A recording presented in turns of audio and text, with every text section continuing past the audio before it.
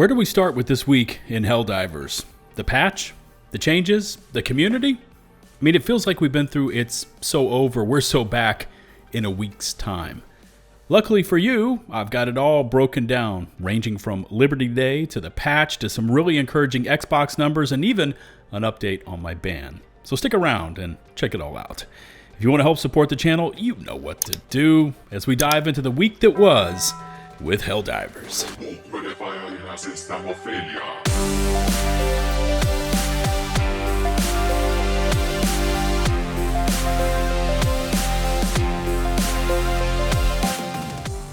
Alright, we've got a bunch of new info to get through, so let's just get things started on our Super Destroyers and the latest transmission from Helldivers High Command. The Helldivers have liberated Errata Prime and Istanu, establishing a security buffer around Hellmire. Now, Gloom Base Alpha will be better protected as it provides critical support to the impending offensive on the Terminated Hive world. Thanks to the Helldivers, the Democracy Space Station is equipped to endure prolonged Gloom exposure, and Gloom Base Alpha on Hellmire stands ready to provide significant logistical support. Now, the strategic conditions to liberate Osha Une are finally set. With great valor and sacrifice, the Terminated Hive world will at last be freed. Now, for those of you following this story arc on Osha Une, it follows the path of Starship Troopers, where they initially tried to storm Klendathu and just got butchered, instead switching over to a plan of cleaning up the outlying planets. So at this point, you divers out there have held the line on Hellmire too many times to count, and from the sounds of things, we are now getting ready to kick off Osha Une Part 2, as we bring the full force of the Helldivers to bear on the very heart of the Terminated Gloom. As of yet, we received no new orders from High Command, but if tomorrow's Liberty Day celebration follows last year's format, it will be a day for R&R, as we'll be tasked with holding Super Earth. Now, you can see last year's Liberty Day trailer playing here in the background, as I was there, but remember that we did receive the DP00 tactical armor with Democracy Protects as the passive, along with the Constitution rifle as gifts as part of last year's celebration. Anyways, back to the present, and for the now over 66,000 of you currently logged on and delivering Liberty, there is an active attack on Charbel 7 over in Bottsville, with our current projections showing the Helldivers achieving victory there in right around 10 hours' time. Here's a question for you. What do you think we will receive tomorrow as part of this year's Liberty Day event? Drop a comment, as I'm looking forward to reading your responses, and here, I'm going to spice things up a bit for you. The best comment will get a max super credits bundle, courtesy of yours truly. So get creative out there, and I'll pick the winner next week. Next, we turn to Team Green, our fellow Xbox divers who finally got the chance to dive starting back on August 26th, driving the total player count numbers up to levels only surpassed by what we initially saw at launch. Well, Helldivers 2 is still making headlines as we take a look at this post from Windows Central. Xbox sales chart. Borderlands 4 takes the crown. Helldivers 2 proves it's no fluke. Helldivers 2 is winning on Xbox without Game Pass, and that should get Sony thinking. Helldivers 2 launched on Xbox at the end of August 2025 after originally being exclusive to PlayStation and PC. This was a significant moment for the industry.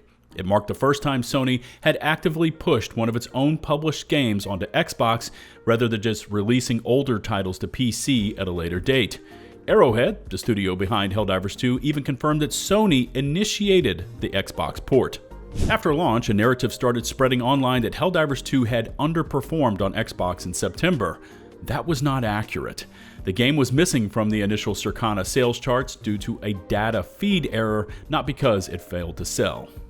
Matt Pescatella has now confirmed on Blue Sky that Helldivers 2 actually debuted at number 3 on Xbox in August. The corrected chart also shows it remained in the top 5 in September, finishing in 4th place. That is impressive momentum for a game that arrived late in its first month with no Game Pass boost. Its success could force Sony to rethink how it approaches platform exclusivity in the future. Seeing Helldivers 2 become a proven seller on Xbox could make PlayStation rethink its approach to platform exclusivity. It raises a fair question. What older titles could Sony bring to Xbox to generate extra revenue and fund games currently in development? If it is willing to go multi-platform in select cases, that decision could add a healthy stream of cash without hurting PlayStation's core audience. Now, Piscatella does give us some charts and artwork to back up his statements, starting off with the top 10 best-selling games on Xbox from August 31st through October 4th, with Helldivers 2 holding at number 4, down one spot from its previous month's rank of number 3. Overall rankings for that same period for physical and eShops, Helldivers is at number 6, down one spot from its previous ranking of number 5. Same thing for PC, sitting at number 6, whereas it was at number 5. And check this out, here's a really interesting side-by-side of the top 15 games for the US market ranked by monthly active users. PlayStation, number 14 on these charts. Xbox, number 7. And check out that last category, PC Master Race, coming in at number 1 for active users for the month of September. We've just got a little bit extra to go here. The article continues on saying, personally, I would love to see Spider-Man or even the first 3 Uncharted games if I'm being cheeky. Those feel unlucky in the short term, but Sony already has a growing PC strategy, and Helldivers 2 shows that expanding to Xbox might not be off the table anymore. Helldivers 2 also launched on Xbox with strong support, including a Halo crossover that drew a lot of attention. When I played recently, almost everyone I ran into was wearing ODST gear. I don't know when this person last played.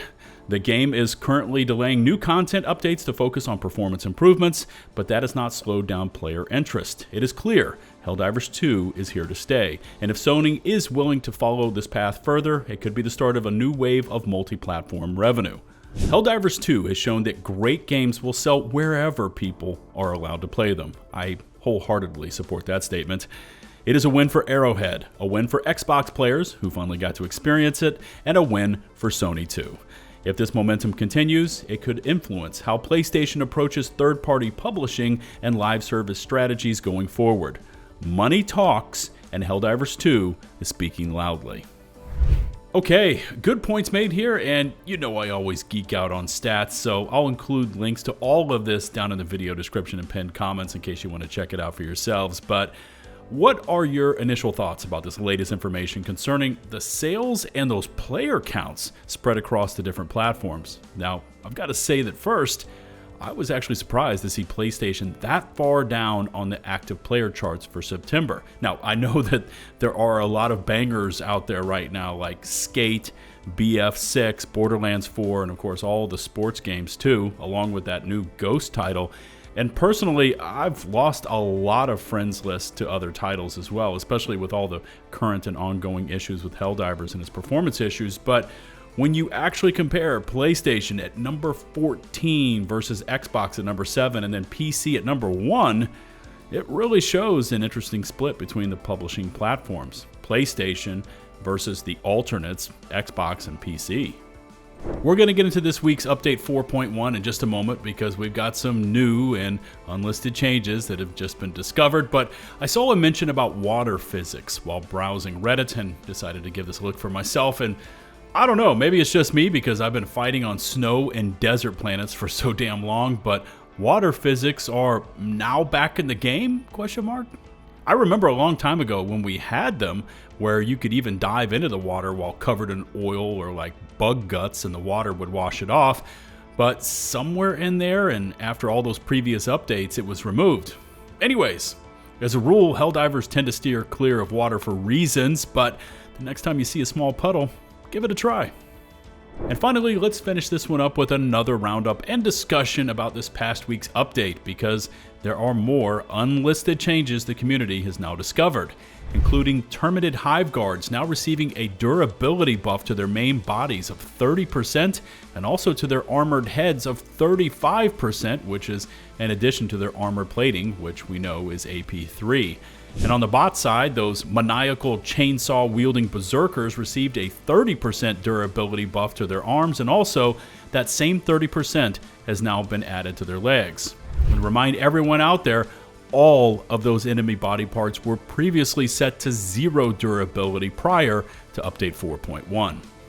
If you're interested in seeing the actual values and effects of many of those published and unpublished changes, I posted this extensive breakdown video yesterday. But the thing I wanted to say here about this update was how it was presented to the player base, which is where we're having an issue with what Arrowhead did.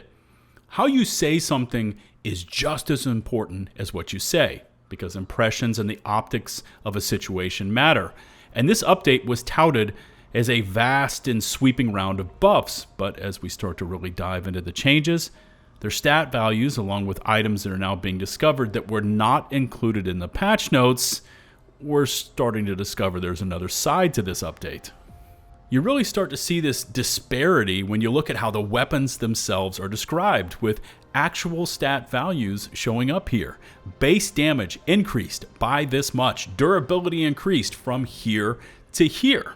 But with the enemy changes, which are buffs to those enemy durabilities and status damage levels, these things are really vague.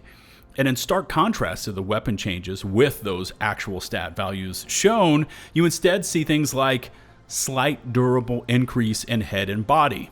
Larger body parts are slightly more durable, or most health zones are slightly more durable. Or, like the newly found changes to the Hive Guards and Berserkers, they are just completely omitted from the patch notes. Now, we've seen repeated statements from the comms team and even Arrowhead's CEO about pushing to be more transparent. They want to do more streams, more vlogs. They want to be more detailed and consistent with their communications. But when you're on the outside as a player and you're seeing all this go down in real time, none of this is adding up. When you as a studio show players all the information on weapons and stratagems, including all those incremental stat increases, but then you turn around and use vague statements about enemy buffs or just completely say nothing about them, that is the exact opposite of being transparent. In fact, to a player base that is already struggling to believe most studio statements, behaving in this manner does nothing for credibility. Players aren't pissed over the fact that the Coyote now takes one more bullet to set a warrior on fire, or that the new drag coefficients on SMGs really kicks in past 45 meters. However, what players are pissed about is the vagueness Arrowhead chooses to embrace when not presenting net positive effects for its players, or when it chooses just to not include any of these kind of changes in their patch notes at all. And in this specific case, when we're talking about Update 4.1, despite many of the positives it has brought to the game, the optics of this patch are now completely clouded over by those who feel that the studio has misled them. Now, before I sign off for today, I know many of you are wanting an update on my ban from the Propaganda Commander program, and as of now, I am not back in that program. But initial talks, discussions, and even a call have now taken place. We talked, I made my feelings known, and we'll see where it goes from there. But I do want to say thank you to all of you for reaching out with those DMs and comments of encouragement. Anyways, here's where you get to respond with any thoughts or questions you may have concerning Helldivers. Drop a comment, and I will of course do my best to respond. Remember to hit subscribe and to ring the notifications bell to receive my future upload alerts. Thank you to all of our current channel members and your ongoing support, as it's greatly appreciated. And until the next one, this is LtBuzzLitebeer, signing off.